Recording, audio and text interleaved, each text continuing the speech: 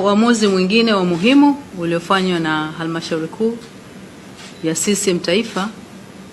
na ni kupokea na kupitisha jina katika hatua ya awali ya mtu ambaye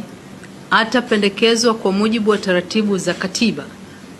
kuwa makamu wa rais wa Jamhuri ya Muungano wa Tanzania, na huyo ni ndugu Deogratius John Ndejembi. Halmashauri kuu kwa kauli moja imempitisha mwanachama wetu huyo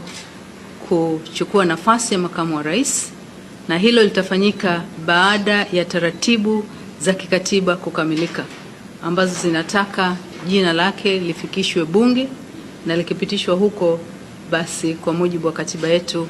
taratibu za kumwapisha zitaanza ili akamate nafasi hiyo ya juu kabisa baada ya nafasi ya Mheshimiwa Rais katika taifa letu. Asanteni.